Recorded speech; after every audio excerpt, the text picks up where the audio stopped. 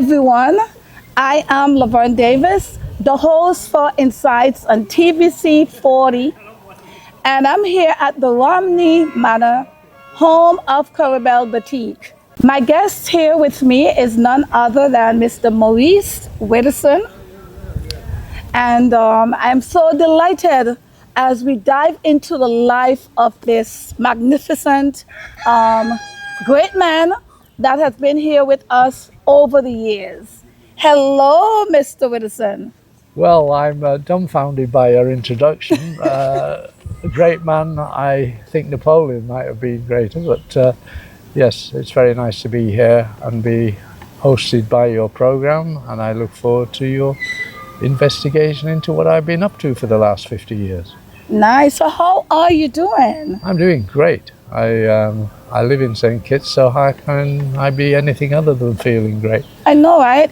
Listen, I'm still dazzled, can't find my words because I didn't even realize, you have created such a beautiful atmosphere right here in Romney Manor, Old Road, St. Kitts.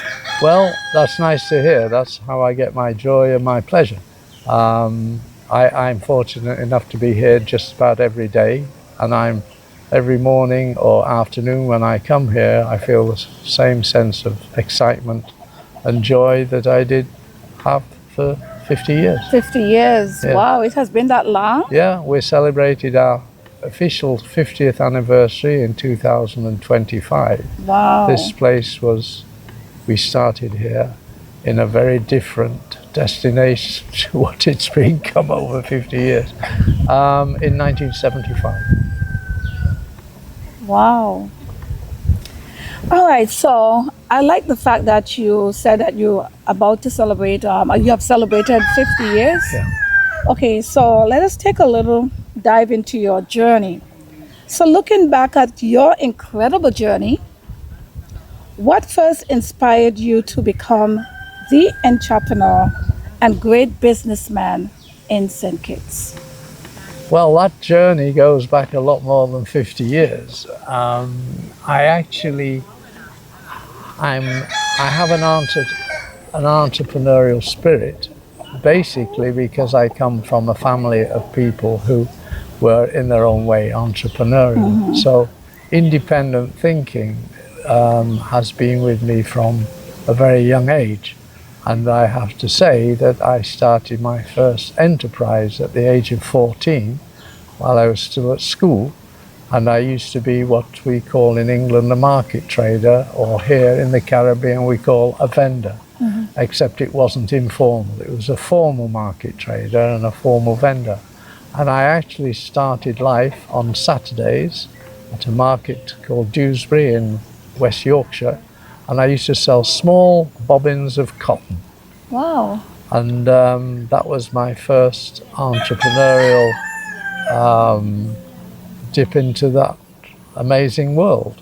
I did actually go from being entrepreneurial into formal retailing, where I learnt an immense amount about the retail business. Then I had the travel bug, and I stayed with that same company, but went and spent nearly 10 years with them in Central Africa, in Zambia. I went with that same company to the Caribbean, where I was living first in Trinidad and then St. Lucia. But within less than a year of living in the Caribbean, I knew I'd found where I wanted to be.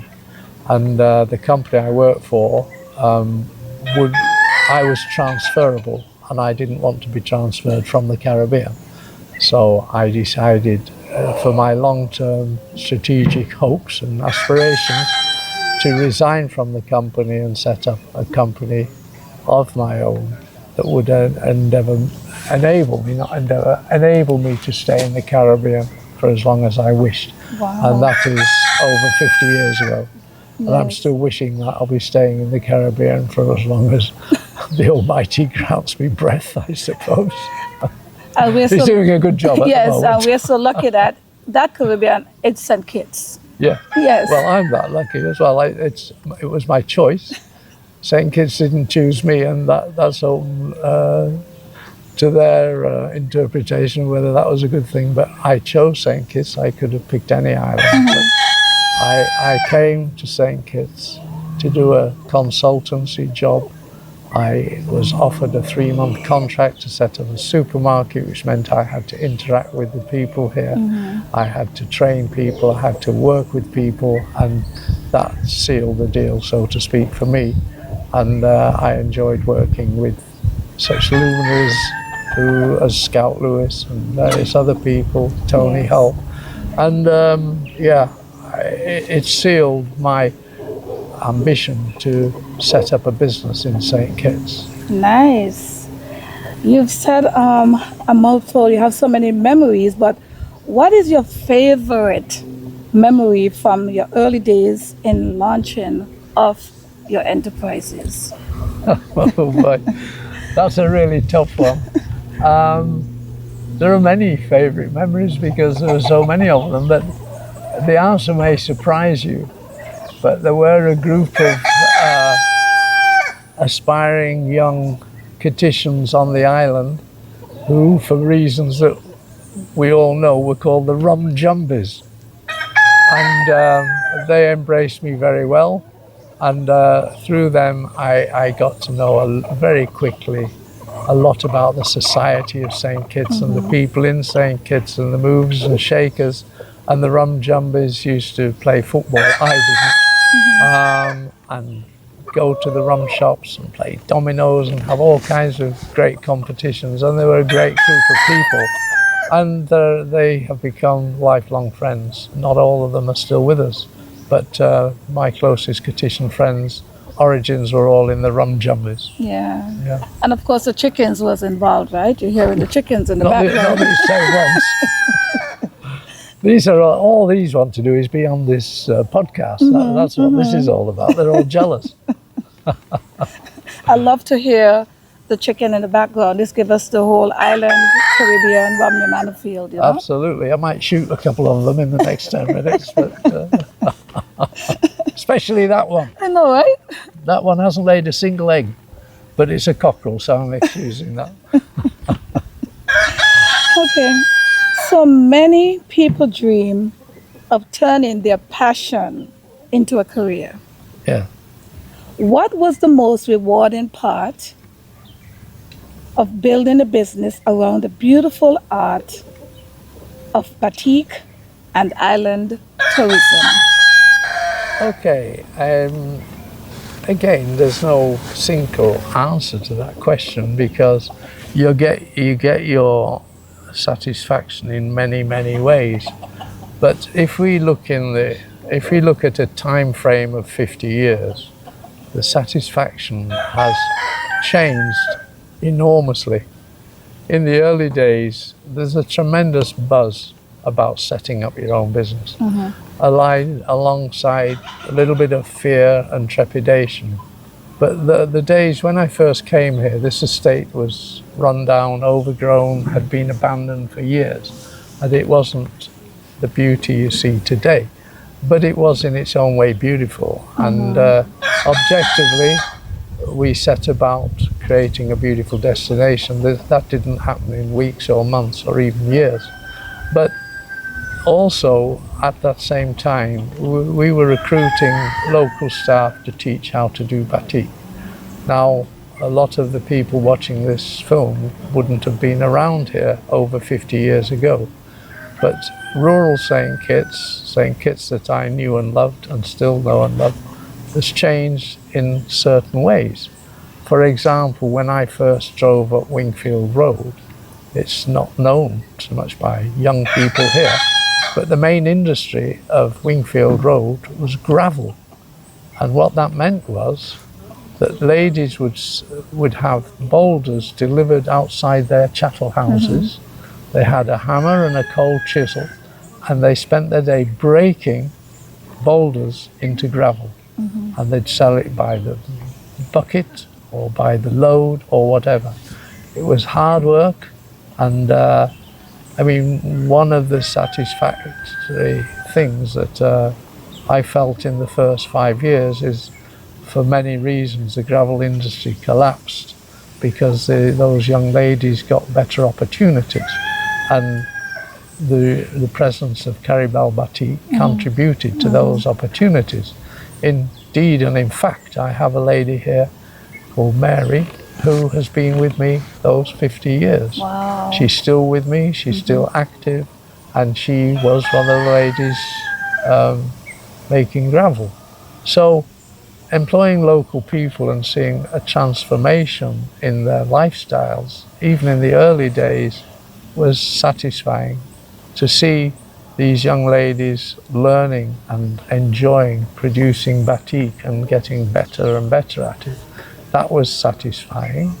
To see that my original hopes for St. Kitts was, in those days we were not really tourist based, to see St. Kitts being kind of discovered by the tourist industry and gradually evolving. Not suddenly. This was the great thing about the evolution of tourism in St. Kitts. It didn't happen overnight. It was a gradual process and gave us time as people of St. Kitts to grow with the industry. It wasn't suddenly happened, but to then suddenly see the first sailing boat of any significance, the barefoot cruises, they were called, the Polynesia, started coming on a Thursday. That had 119 passengers. And that was a very exciting time for us because it came every week. And those 119 passengers generally came here.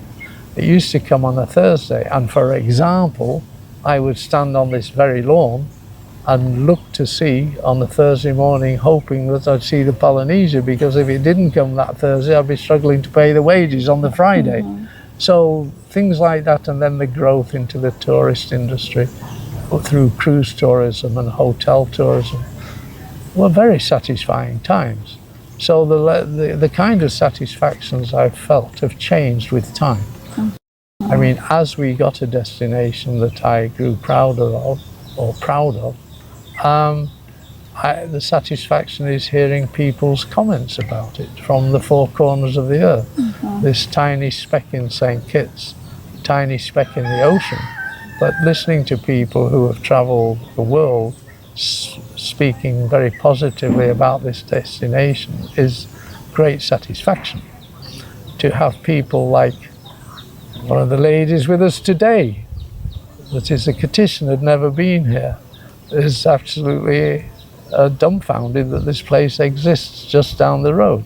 Yes. And you know, there are quite a few Kittitians that have never been here, but you know, there's quite a lot of English people never been to Buckingham Palace, and it's just down the road as well, so that doesn't surprise me. Yes. So satisfaction comes in many ways. The latest level of satisfaction is and has always been that I have, to date, only employed Kittitians or Caribbean people.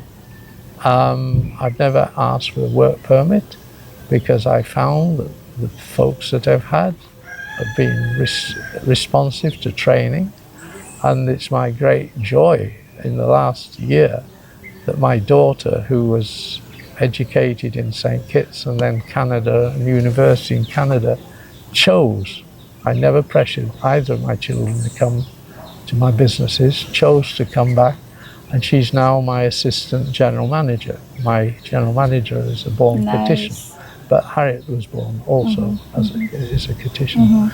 So your satisfaction changes with the days, and so that is very briefly the level of and history of my satisfaction changes. Nice. St. Kitts and Nevis is clearly, you hold a special place in your heart for St. Kitts. What was it about the Federation that made it feel it was a perfect place to build your life work? Well, again, there's no single answer to that, but I've travelled a lot. I've been lucky enough to travel quite a bit in the world. And one of life's lessons that I have recognised is, as a broad generalisation, rural people are nicer than urban people. That, to me, is an indisputable fact. There's more time in the day, It's more time to sit and chat. You're not jumping off and on and off buses, trains, taxis. It is a different mentality. And I arrived in an agrarian society in St. Kitts. The sugar industry was king, the people worked the land, and as I say, people that are close to land, that appreciate, you know, the growth of plants to eat, the development of livestock to provide eggs and nourishment. Yes. Far more appreciative of the values of the world than people that just have only their whole lives wandered into a supermarket and bought a packet of eggs and you know, a bag of whatever, fruit or vegetables. So I came, as I said, into an agrarian society, and the people were very tuned to this kind of thing that I was tuned to. Yes. And so that was, you know, one of the starting points. The fact that I am, you know, first and foremost, I suppose, a businessman. So I unashamedly saw a business opportunity in St. Kitts. I saw a country that was beautiful. I saw a country that was undiscovered almost from the tourist industry. And I was wise enough, and it didn't take much wisdom because I haven't got much, to recognize that one day St. Kitts would be a tourist destination. And that is what has happened. I mean, initially when I started producing merchandise, I wasn't selling it in St. Kitts. There was very little market for it here. But I sold it in Trinidad, and I sold it in St. Lucia, and I sold it in Antigua, sold it in St. Martin. But as the market increased in St. Kitts, I stopped selling in those places, because business to me has to be satisfying at every level. And I got very little satisfaction from packing my products into boxes, stringing them up and sending them to another country where the people selling them didn't have the heart that I have and my staff have, and the knowledge of what goes into producing them. And I couldn't wait to stop selling outside of the country and have sufficient business here to maintain the level of income that I needed to keep the business going. So that is another fundamental reason why we're sitting here today. And of course, the other thing I feel, this is for other people to say, I feel totally part of this community and absolutely and totally committed to it. So, you know, I don't feel any different than you do in that respect. I just look a bit different. So, I'm not as good looking as you for a start. So, you know, those things, I feel I'm home when I'm here. And I am indeed home. Of course. And I've made the home for my wife and my children. And they're totally connected with and for St. Kitts. Yes. I mean, I socially have many groups that I join in St. Kitts. And one thing that is so different about the upbringing and social structure that I was born into in England is the lack of social structure in St. Kitts. I'm not kidding myself that that's absolute, but the way it actually impacts me is there's actually no real age barriers here, in so much as socially the young kids that have come back from overseas or have graduated through college here, you know, you're as comfortable sitting with them and they're as comfortable sitting with you. Whereas I'm used to, you know, I'm in my 80s, I'm 84 years old. And in England, that wouldn't happen. I'd be sitting in a smoky corner in a pub, possibly, having the third pint of beer for a night with 4 or 5 more 80-year-olds. Well, that's not my life at all. My life is dynamic, it's up to date. My kids keep me up to date. I even learned how to switch my iPhone on. Okay. No, just kidding. I'm not technology savvy, but what I'm saying is I'm surrounded by people that am, and I'm interacting with people that am, and I'm part of the process. And the place is nice and warm. Oh, the weather. You know something? Cold weather creates cold people. Why is that? Because of social interaction. You haven't time when it's raining like crazy or snowing in the street to stop and have a chat with somebody on the pavement. It can take me from getting out of my car in the circus and walking 200 yards, depending how busy I am, it can take me 2 minutes or half an hour. So just go down the street. You're always chatting to somebody. Yes. In an island of 40,000 people, you don't know 40,000 people. You know a hell of a lot more people than you do if you lived in central London. And this is one of its attractions. Absolutely. So we're going to take some time out and we're going to pause for a quick commercial. We'll be right back with you.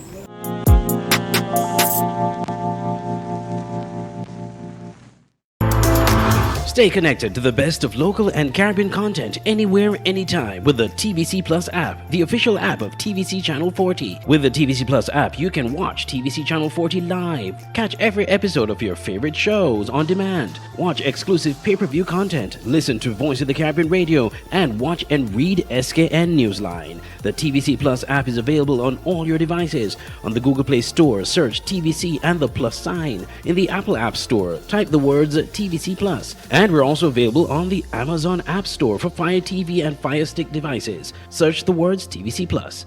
Download today and take TVC Channel 40 wherever you go. The TVC Plus app. Stream, watch, enjoy. At The Cable, we believe in giving back because when our community thrives, we all do. That's why, as a company, we make it our mission to touch the lives of everyone in St. Kitts. We spearheaded the renovation of JNF Hospital lobby to ensure better care for all. The Cable sponsors free Wi-Fi in every community center across St. Kitts, so no one is left behind in an increasingly connected world. We stand with communities through every moment, big or small, in culture, education, youth development, and more. Y a ti también, comunidad latina. Cuenta con nosotros. Estamos con ustedes. And when it comes to customer service, we set the standard. We're just a call, click, or visit away because you matter to us. Join the company that truly cares. The Cable, more than service. We're family. Somos familia. And we're proud to always give more where it matters. Your favorite TV shows are just a click away with TVC Plus at tvcplus.live. Stream our 24-hour live programming. Catch the latest episodes of TVC Originals on demand. Enjoy premium pay-per-view content and so much more. Watch on any device, TV, laptop, tablet, or smartphone. Visit www.tvcplus.live. Stream, watch, enjoy. The SKN Newsline website now offers you more news. Log on to www.sknnewsline.com for local, regional, and international news. You can also watch the latest newscast and keep abreast with news in sports, all from sknnewsline.com. That's www.sknnewsline.com. News at your fingertips. It's entertainment TV at its finest. Join us for Main Event, the Caribbean's leading entertainment show only on Television Caribbean TVC. Tune in as our host chats with top artists and entertainers, bring you the latest buzz in entertainment, and showcase the hottest music videos from the region's biggest stars. Main Event airs on Thursdays at 8 p.m. with rebroadcast on Fridays at 10 a.m. and 6 p.m. When it comes to entertainment, it's always the Main Event on TVC.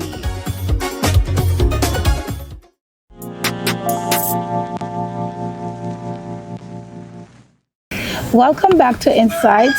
My guest is Mr. Maurice Widdowson. Mr. Widdowson, welcome back. It's a pleasure to still be here. I thought I'd have been fired by now, but anyway, I survived the first in your bit. conversation earlier, you did mention that you went to Zambia. What on earth were you doing in Zambia? Or what did you went to Zambia for? Right. I'm curious to know. Well, I was very fortunate to be born in a very interesting time. And that time was during the Second World War. And I was born in 1941. But as I matured, I was a child of the 60s. And the early 60s, I think it's fair to say, London probably was the capital of the world in terms of music, in terms of banking, in terms of fashion, in terms of style. You know, the austerity years of the 50s were thrown away when 1960 arrived and people woke up to the fact that they were alive still. And the 60s were fantastic. And I was lucky enough in the early 60s I was posted to London with my company, and I worked as AGM in Littlewoods in Oxford Street, which was just round the corner from the fashion centre, Carnaby Street, and it was a very, very exciting time. I absolutely loved it. But part of me was unfulfilled. My grandparents, my grandfather on one side, was a bit of an adventurer, and he had travelled to Canada in the late 19th century, and he used to, from being a little kid, tell me about his adventures in Toronto and his adventures in Niagara Falls, and I had this never-ending urge to travel. And I was getting into a situation that I was doing well with the company, but I was unfulfilled, to be honest. And so I wrote a letter to a friend of mine that had also worked for the same company. And I said, you know, I'm going to resign. I'm probably going off to Canada. My grandfather's influence. Well, these days it was mail. It wasn't telex or fax or email. And it would take about 3 or 4 weeks to end up in Zambia. And to my astonishment, I got a telegram back. Now, the only time you ever got a telegram likely was to announce that somebody had died. But I got a telegram back from him, and I'll never forget what it said. It said, Widdy, which was my nickname, Widdy, don't go to Canada. It's just like England with an American accent. Come for some real action and come to Africa, come to Zambia, and phone this number because there's a position available right now. And I phoned that number. They made me an offer, told me what they wanted me to do, and within a month I was in Africa. And from Zambia, Africa, how did you came to St. Kitts? Well, respectfully, if I can just tell you what I was doing in Africa, because that did set me up for why we're sitting here. Yes. For the first 4 years, my territory was Zambia, which is a big country, and it's 2.5 times the size of Britain. And my company had 123 rural shops scattered throughout Zambia. By rural shops, I meant they were in villages that truly were mud huts and straw roofs, or straw huts with straw roofs, depending which part of Zambia you're in. And those shops were often the only shop in the community. And we sold everything. We sold everything from beer to paraffin refrigerators to rice to just cloth. So that some of the shops had balconies where we had 2 sewing machines working, making clothes out of the cloth that we were producing. So, and I travelled, after I'd been showed the territory, I travelled alone throughout Zambia in either a Land Rover or a Volkswagen, or in the rainy season I had to fly in light aircraft to the small airstrips and then get lifts into the villages and towns. Well, the area managers had a vehicle, so we were all right. I feel like I'm in Zambia, just listening to you. Well, there you go. It was, as a young man, it was a fabulous adventure and a fabulous experience, and I sit here and quite a significant part of my heart is in Zambia every day of my life. Then they were unwise or otherwise enough to bring me into urban Zambia. And in urban Zambia, I took over a store in Kitwe, which is the biggest single retail store in Zambia. Kitwe was on what's called the Copper Belt. And when I got there, it was on strike. So they really threw me in at the deep end. But after Kitwe's store, I actually took over retailing in Zambia, rural and urban. And they were big stores. The urban stores were lovely stores. And but why I mentioned Zambia is that while I was in the rural areas, I was an official purchaser of, wait for it, ivory and beeswax. Now that didn't mean I had an elephant gun in the back and ran around shooting elephants. It wasn't like that at all. There was no illegal poaching in my business. I only went to the game parks who sometimes had to cull elephants for reasons. Often they were trampling into the villages and messing. Anyway, that wasn't my issue. I only purchased licensed ivory, which is now a forbidden trade, and so it should be. And beeswax. Now, why beeswax? When I was gathering beeswax in some of the, it would be delivered to our shop, and sometimes I'd go out to the villages to see it. They use the beeswax, like we use wax here, to make a very crude and simple form of batik.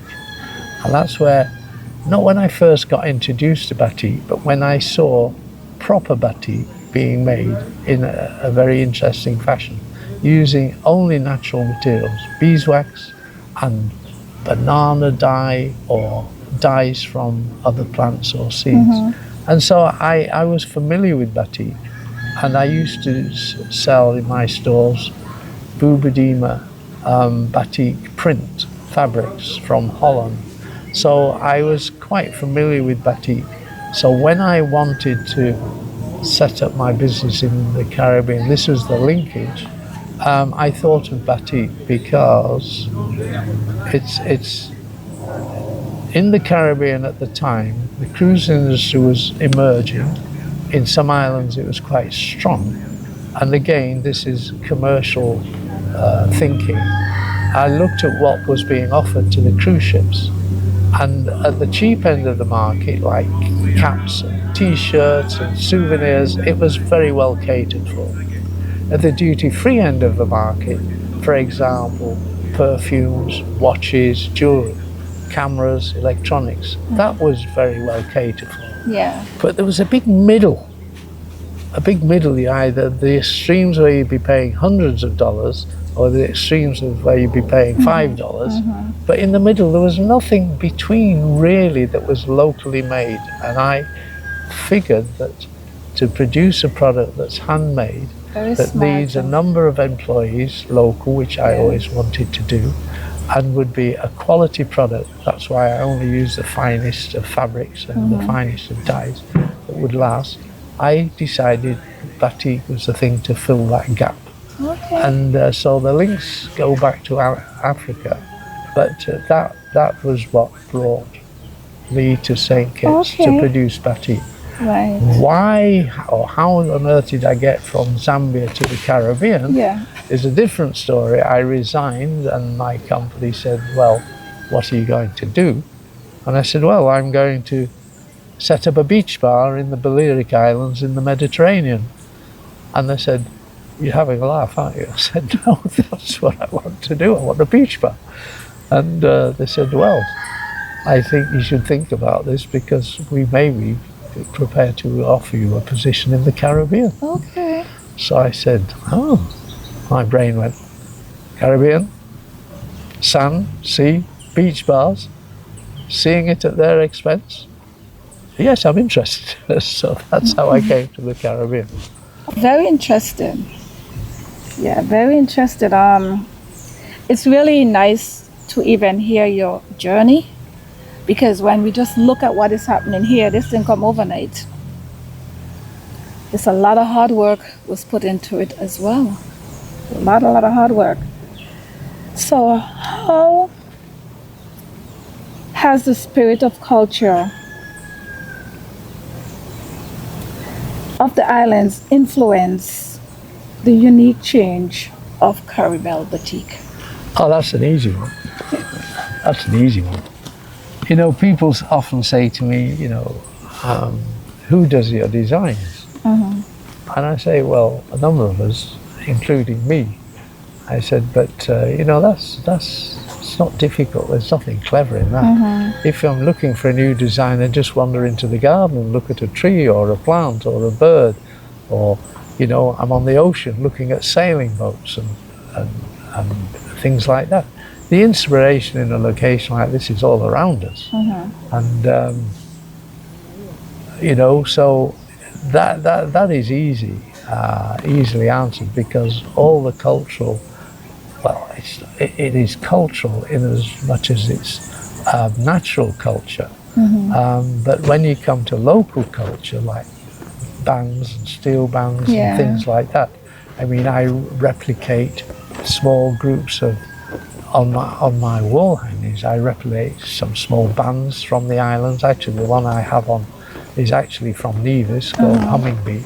So there are all kinds of cultural influences in my business, not the least of which is colour. I mean, the Caribbean is so flamboyant, the way people dress and the way people, and that's reflected in my colours. I'm not modest in the colours of my fabrics and dress lengths and things like that. I'm very much into bright, gay, wonderful Caribbean colours. I mean, it's not surprising that my best-selling colour is the scarf you're wearing, blues, because the sky is blue, the sea is blue, we're surrounded by beautiful blue, and that's reflected a lot. It's not surprising that my best-selling colour is blue. It's blue. Yes.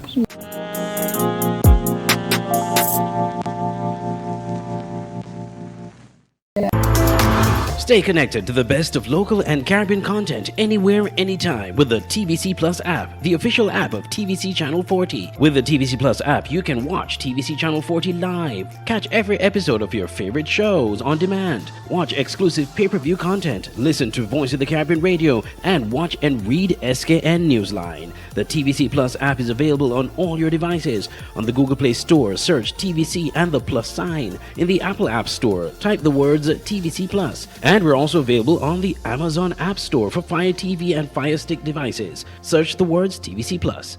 Download today and take TVC Channel 40 wherever you go. The TVC Plus app. Stream, watch, enjoy. At The Cable, we believe in giving back because when our community thrives, we all do. That's why, as a company, we make it our mission to touch the lives of everyone in St. Kitts. We spearheaded the renovation of JNF Hospital lobby to ensure better care for all. The Cable sponsors free Wi-Fi in every community center across St. Kitts, so no one is left behind in an increasingly connected world. We stand with communities through every moment, big or small, in culture, education, youth development, and more. Y a ti también, Comunidad Latina. Cuenta con nosotros. Estamos con ustedes. And when it comes to customer service, we set the standard. We're just a call, click, or visit away because you matter to us. Join the company that truly cares. The Cable. More than service. We're family. Somos familia. And we're proud to always give more where it matters. Your favorite TV shows are just a click away with TVC Plus at tvcplus.live. Stream our 24-hour live programming. Catch the latest episodes of TVC Originals on demand. Enjoy premium pay-per-view content and so much more. Watch on any device, TV, laptop, tablet, or smartphone. Visit www.tvcplus.live. Stream, watch, enjoy. The SKN Newsline website now offers you more news. Log on to www.sknnewsline.com for local, regional, and international news. You can also watch the latest newscast and keep abreast with news in sports, all from sknnewsline.com. That's www.sknnewsline.com. News at your fingertips. It's entertainment TV at its finest. Join us for Main Event, the Caribbean's leading entertainment show only on Television Caribbean TVC. Tune in as our host chats with top artists and entertainers, bring you the latest buzz in entertainment, and showcase the hottest music videos from the region's biggest stars. Main Events airs on Thursdays at 8 p.m., with rebroadcast on Fridays at 10 a.m. and 6 p.m. When it comes to entertainment, it's always the Main Event on TVC.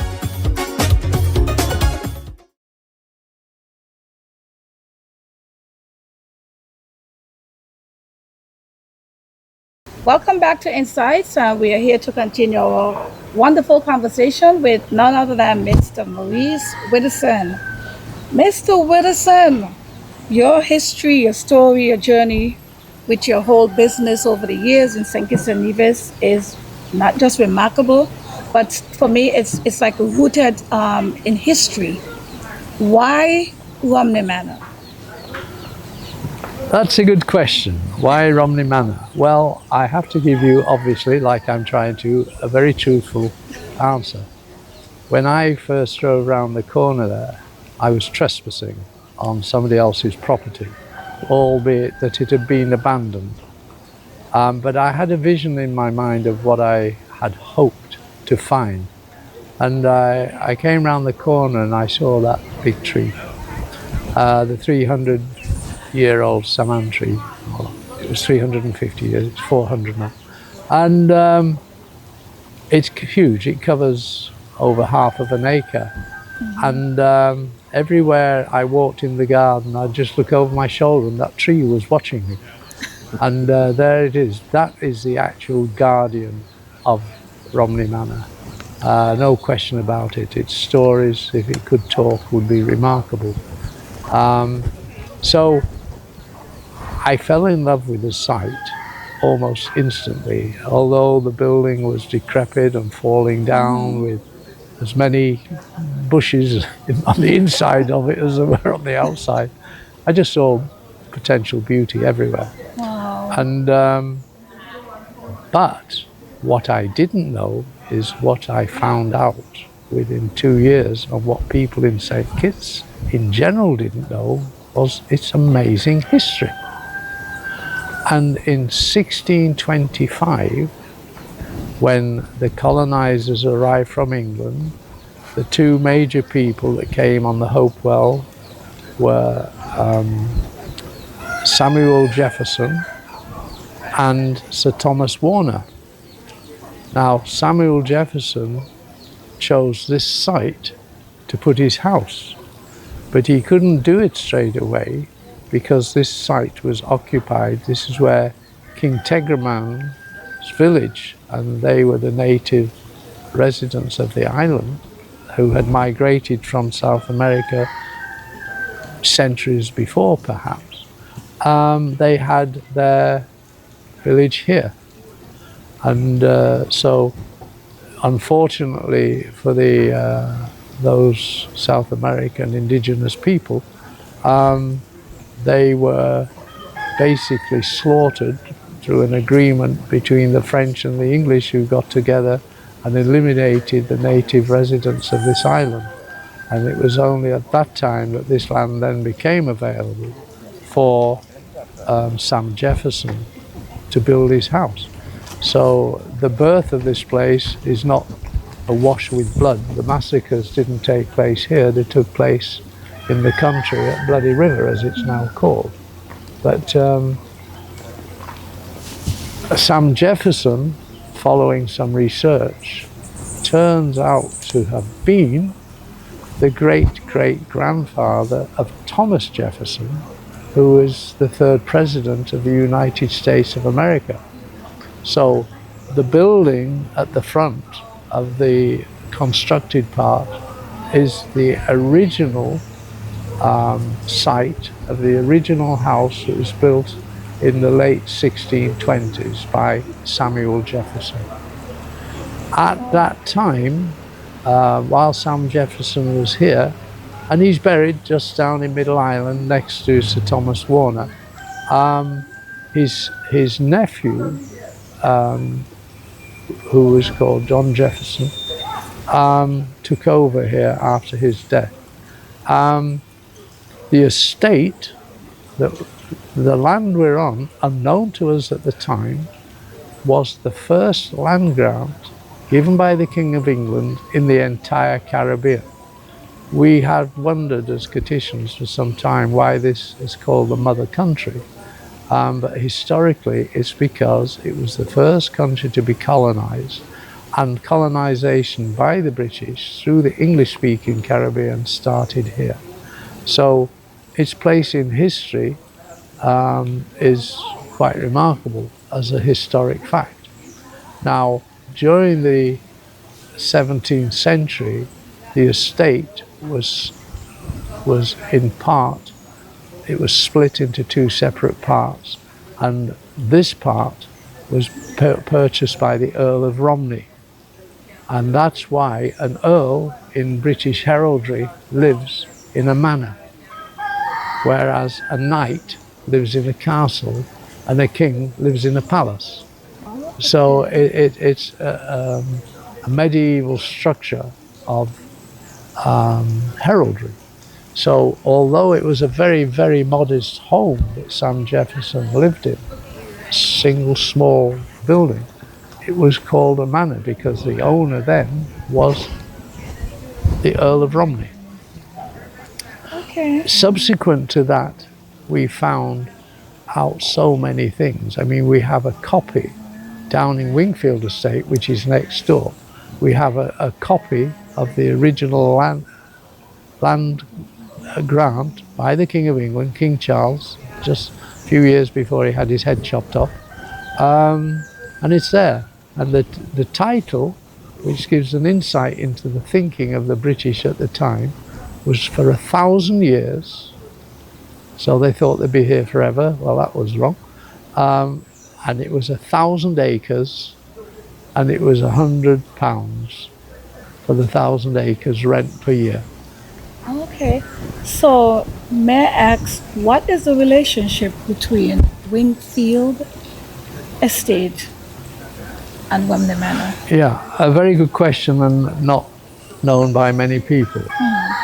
When the estate was working, growing, its first crops were not sugar, by the way, they were indigo, which is the dye that you make denim jeans out of, and it was tobacco.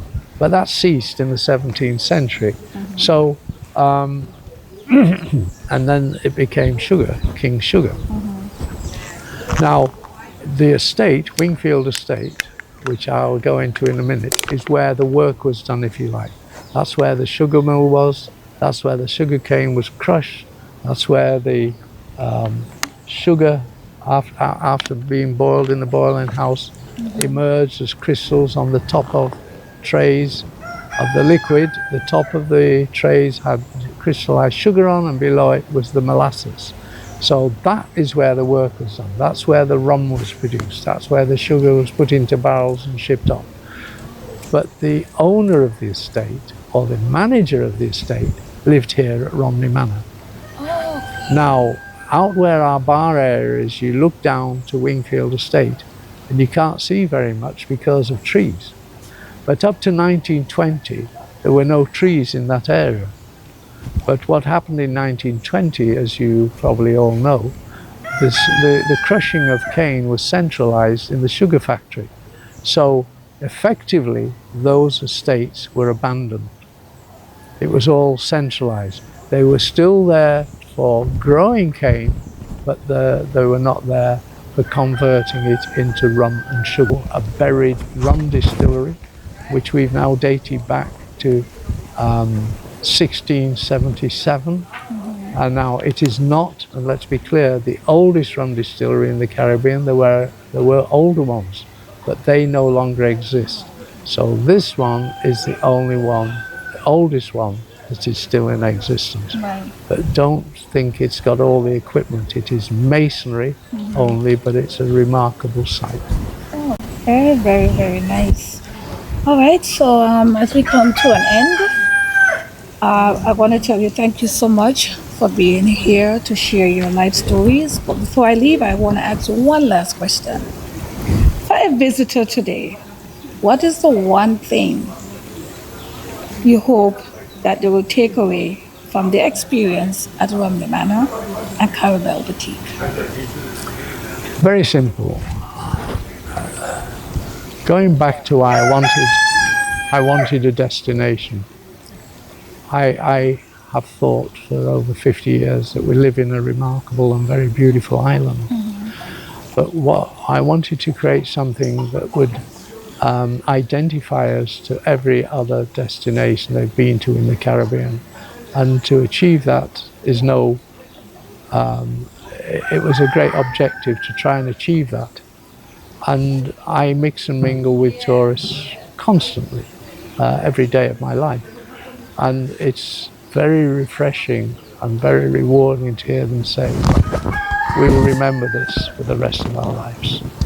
Now that doesn't just reflect on Caribelle Batik at Romney Manor, it reflects on everybody that's worked to build this place, but more importantly, it reflects on St. Kitts. And I feel a sense of pride that perhaps St. Kitts is showing one of its many best faces right here.